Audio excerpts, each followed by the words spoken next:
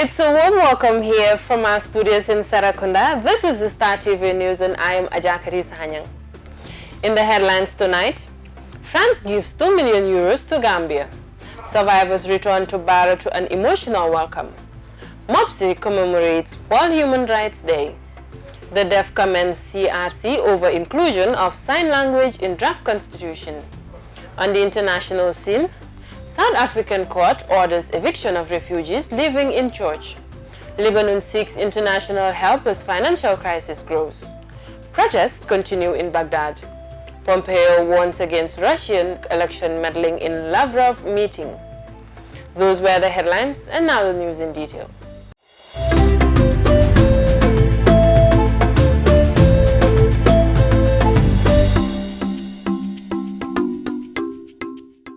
The French embassy in Banjul has announced the formalization of a 2 million euros budget support to the Gambia.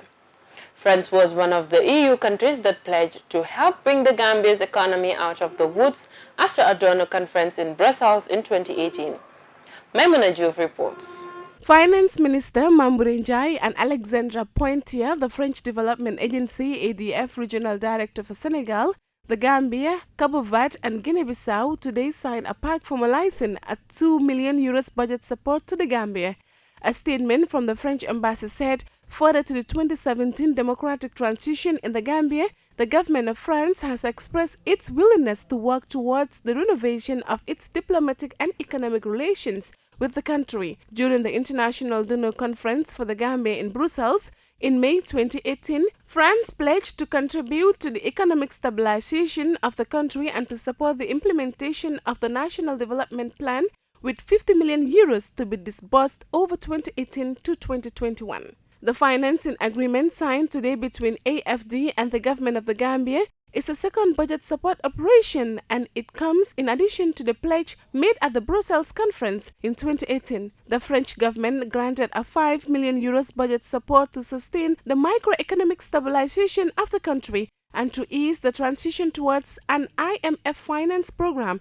The purpose of this second operation is to safeguard poverty, reducing spending, and to support efforts by the government of the Gambia to restore fiscal balance.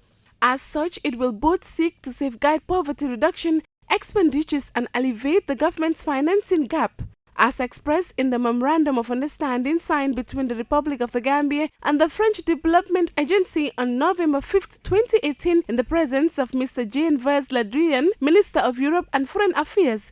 It is expected that AFD and the Gambia will increase their cooperation. In the short term, it is up to 26.5 million euros programs that will be implemented in addition to the budget support in the areas of agriculture to increase food sufficiency and access to water in urban areas to support sustainable public services development. Reporting for Star TV News, I am Maimuna Diouf. Dozens of survivors have returned to Barra on Monday afternoon to an emotional welcome following the vessel accident that killed at least 62 Gambians, including 11 women. The accident reportedly occurred off the coast of Mauritania last Wednesday, which also claimed several Senegalese citizens from communities near the South Gambian border. This is my report.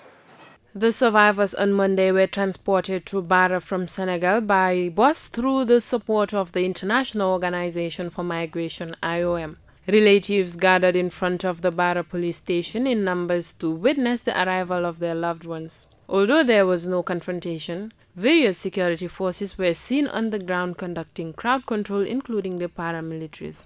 Economic forces were also seen hovering around the vicinity. However, as the wait continued, several people decided to leave, especially following the information that some survivors have decided to alight at the entrance of the village and walk into their homes, avoiding the public at the police station. A few that remained were able to witness the arrival of one bus boarding the survivors. The bus parked just before the police station, where the crowd stood. People rushed in speed to get to the doors of the bus and started embracing their loved ones as they stepped down individually. Allahu Akbar, God is great. Welcome back home, exclaimed a young man, believed to be one of the relatives, as he tightly hugged a survivor before boarding a waiting yellow taxi. We are here because we want to see who survived. We still haven't got complete information about that, Ibrahim told the Chronicle before the arrival of the bus. The community of Bara is visibly in a state of shock, being the most affected by the disaster. Several compounds that lost relatives were continuously welcoming neighbors and relatives from near and far as they pay their respects and offer prayers for the deceased. Star TV has visited the families of some of the migrants who lost their lives in the catastrophe and will continue to follow their stories in depth to shine light on the ongoing issue. For Star TV News, Ajakari Sanya. The Ministry of Basic and Secondary Education, in collaboration with Amnesty International Senegal on Tuesday, commemorates the 71st World Human Rights Day with the theme Stand Up for Human Rights. Binta Koli was there and Shina reports. Speaking at the gathering, Ajaratu Tida Yata Yeyu, Director of Programs at MOPSI, said the commemoration is in line with the ministry's vision to strengthen human rights values through education, as it has piloted 6 schools within the 6 education regions of the Gambia with partnership and support from Amnesty International Senegal. Mrs. Jeju said human rights-friendly schools are built on the principle of respect, non-discrimination, equality, dignity, and participation. According to her, it helps the students to have interpersonal interactions and help them to know when their rights are violated. She added that human rights-friendly schools do not only stop at the 4 corners of the classroom, but are also reaching into the community through sensitization. She believes only through that will the community have a better understanding of human rights. Salikoli, teacher coordinator, said the Human Rights Friendly Schools project has helped them know means of punishing students using other ways rather than corporal punishment. She added that it helps students to know how to deal with their own problems, especially if it has to do with the violations of their rights. Aissatou Garham, Solicitor General, Ministry of Justice, said the government of the Gambia has recognized the 6 human-friendly schools and the important roles they have to play in society. She said the government is doing everything in its capacity to safeguard the rights of its citizens, especially the children.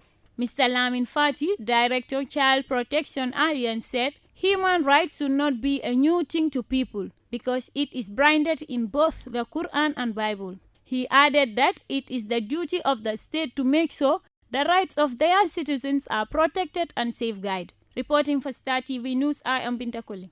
Karim Y. Dabo, the Youth Councillor of Lower River Region, Mansa Conco Area Council, has called on the young people of this country to take ownership of the constitutional review process with the CRC.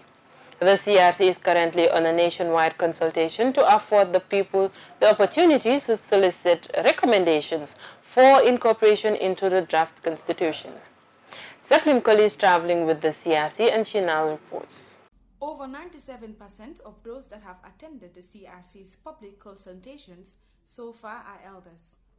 The turnout of the young ones is very alarming, as few youths are usually seen in most of the communities the CRC has visited. Few days ago, Commissioner Manjang told his medium that he is very concerned over the poor turnout of youths. Therefore, Karim Y. Dabo, Youth Councillor of LRR, who attended the CRC consultations in summer, told Star TV that young people should try by all means possible and attend these consultations. To be very fair to myself and to be fair to the young people, we have to be part of the consultation. People with disabilities and those that find it hard to hear in Jarasoma have expressed their heartfelt gratitude to the Constitutional Review Commission, CRC, during the public consultation for including the sign language into the draft constitution. After the release of the draft constitution, the CRC embarks on this consultation to afford the people the opportunity to propose recommendations for the incorporation into the draft constitution. Report by Jacqueline Collier again. People who are differently disabled are usually sidelined in Gambian society. Most people are with the belief that they are too dull to mingle with them. But the CRC has proven them otherwise. The Commission has in the draft defended the rights of the disabled. Jason Kamara, who is deaf but communicated through the sign language expert of the CRC, Lamin Sonko, says he is very much happy that the rights of the differently disabled are defended in the draft constitution. He says now he feels that he is now part and parcel of the Gambia. Kamara says they are humans and therefore they also subdue to illness. Therefore, he deems it necessary for sign language experts to be employed in hospitals and other public places to afford and make communications easier for them. He remembers a scenario where he was asked to wait by a doctor at the hospital when he went to seek medical attention simply because he is deaf. He furthered that if sign language experts are provided, it will make life and communication much easier for them. Bakari Seidiba, also deaf, seconded Kamara's recommendations. He says the Commission should enforce laws that will ensure establishment of schools for the deaf in the country, particularly in Jarasoma. Ba also stressed that they pay tax and levies to their various area councils, so they should also look back at them and help them with job opportunities when they are in search of young and eligible men because they are equally capable of carrying out any responsibility they are entrusted with. Reporting for Star TV News in Jarasoma, I am Jacqueline Colli. We'll be going for a short break and we'll be right back with the international stories.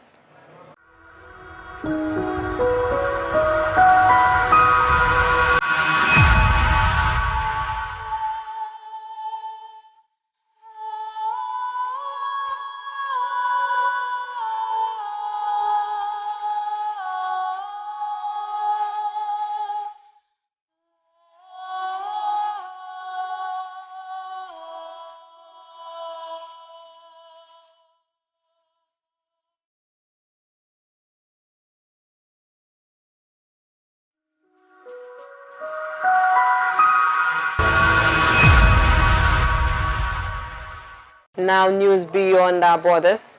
A South African court has ordered the eviction of hundreds of refugees and asylum seekers living in a church in Cape Town, where they are refusing to leave. Many want to be resettled in another country and say they no longer feel welcome in South Africa. Al Jazeera's Nicholas Hake reports from Cape Town.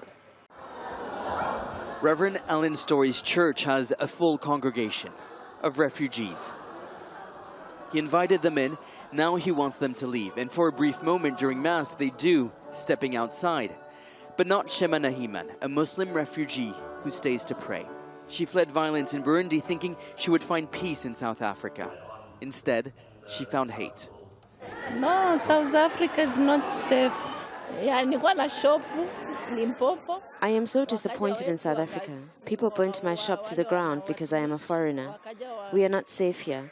We don't trust the state to protect us. We want to leave this country to find a better place to live. And we will stay here until a solution is found. Shema is among hundreds of refugees occupying the church. They want asylum to another country. Some hope to get to Europe or North America. Others simply want to go home. Shema and her husband have a son, Yusuf, and their daughter, Aisha. Both were taken away by the city's child welfare agency. Although they were born in South Africa, like their parents, the children have no legal papers or status. Without proper asylum papers, you can't open a bank account. You can't relicense a car. How do you get rental? Who's going to trust you? So it's what I call administrative xenophobia. In October, refugees organized a peaceful demonstration to highlight the conditions they live in and the discrimination they face. They were met by police in riot gear. Children and adults were injured. It's when the Reverend heard the sound of stun grenades and water cannons that he told women and children to use this door and enter this parish. They were later joined by men. They've been living here for months now. This is where they eat, sleep, and defecate, sharing only one toilet. Now, the church authorities say this is unsustainable. But people here say leaving the sanctuary of this church would be unsafe. Papi Sukami is a civil engineer from Congo. He thought Cape Town would be a wealthy, diverse, and welcoming city. But he soon discovered a city divided between rich and poor, and between races, living in segregation in a shrinking economy.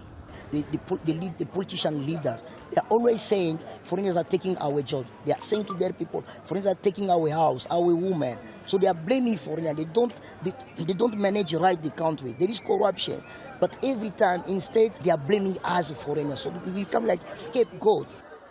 The city wants the refugees to leave this church, and so does Reverend Story, but he will not allow the police to remove them by force. In his sermon, he has this message for the people of South Africa. We shout peace, we practice violence, he says. We shout justice, we walk in justice.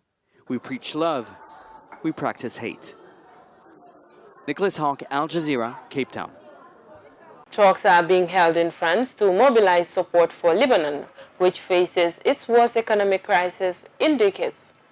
The country's caretaker Prime Minister Saad Hariri has appealed for help to finance imports. But international assistance seems to be linked to the new government that is likely to take shape. Al Jazeera's Zina Khor reports from Beirut. There is growing financial uncertainty in Lebanon. Businesses are closing. Unemployment is rising. The national currency is losing its value, and there is a shortage of dollars. We have received about 70 requests in the last week from significant companies for significant layoffs. So the problem is serious and is increasing. The problem has been building up over many, many years. The government is bankrupt, frankly. It's being described as the worst economic crisis in decades. It's what triggered anti-political establishment protests, now in their second month. Longtime ally France is hosting a meeting of Lebanon's international support group to secure credit lines to import basic goods like food and medicine. The call for the meeting in Paris is very interesting because it comes a few days before the political parties nominate a prime minister. So in a way, we see an implicit intervention in the process of deciding the prime minister, sending a message that with Hariri in power, the international community is willing to help Lebanon. Prime Minister Saad al-Hariri, who resigned over a month ago due to the protests, stayed on in a caretaker capacity. But he is conditioning his return on the formation of a non-partisan government, which has been rejected by his political rivals, the Iranian-backed Hezbollah and its allies. France, the former colonial power in Lebanon, has led mediation efforts in past crises. It now hopes the meeting in Paris will push politicians to create what the French Foreign Ministry calls a competent and credible government to restore the economic situation and meet the aspirations of the people. Protesters want independent experts to lead the country into early elections. Foreign powers have weighed in with their own demands. There are other conditions that have not been stated publicly by foreign countries, apart from who the prime minister will be. There is the US condition that Hezbollah is out of the government. Political deadlock is not unusual in Lebanon, where parties have regional and international alliances.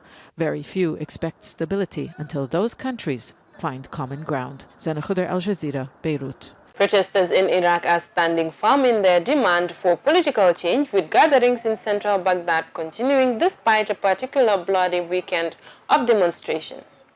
Meanwhile, the deadline for the country's parliament to nominate a new prime minister is looming. Al Jazeera's Simona Farlin reports.